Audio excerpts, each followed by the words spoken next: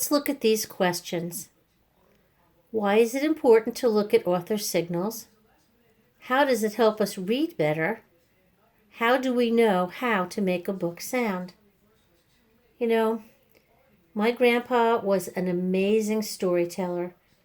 He would sit in his favorite chair with the grandkids around, and he would tell story after story. He was kind of like an author in a series book, but instead of putting the story on paper, he wrote them with his voice.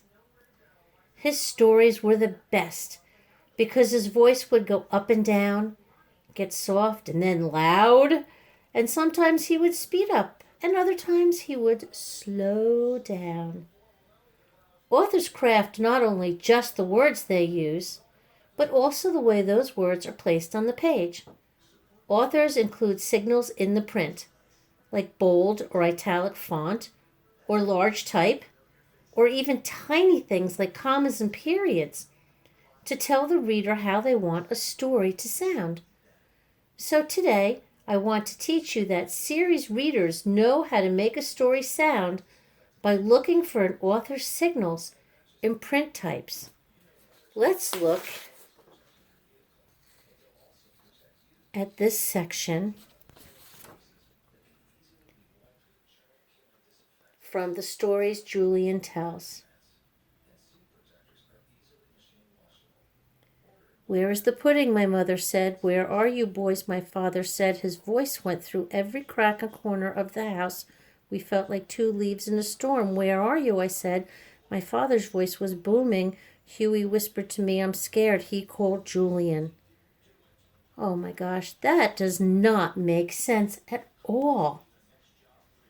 But what if we added punctuation, capital letters, exclamation marks, quotation marks would be helpful. Look at this again and see where you think you might put those different things.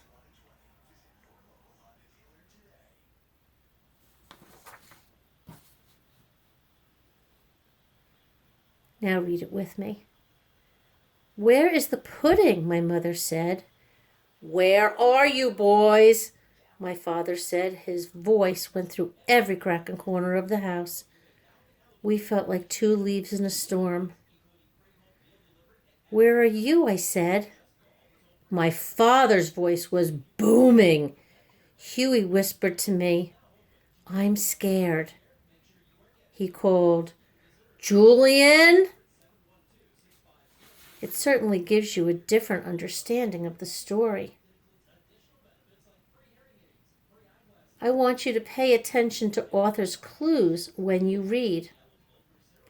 Today, I'd like you to make a list of some of the signals that authors use to bring a story to life.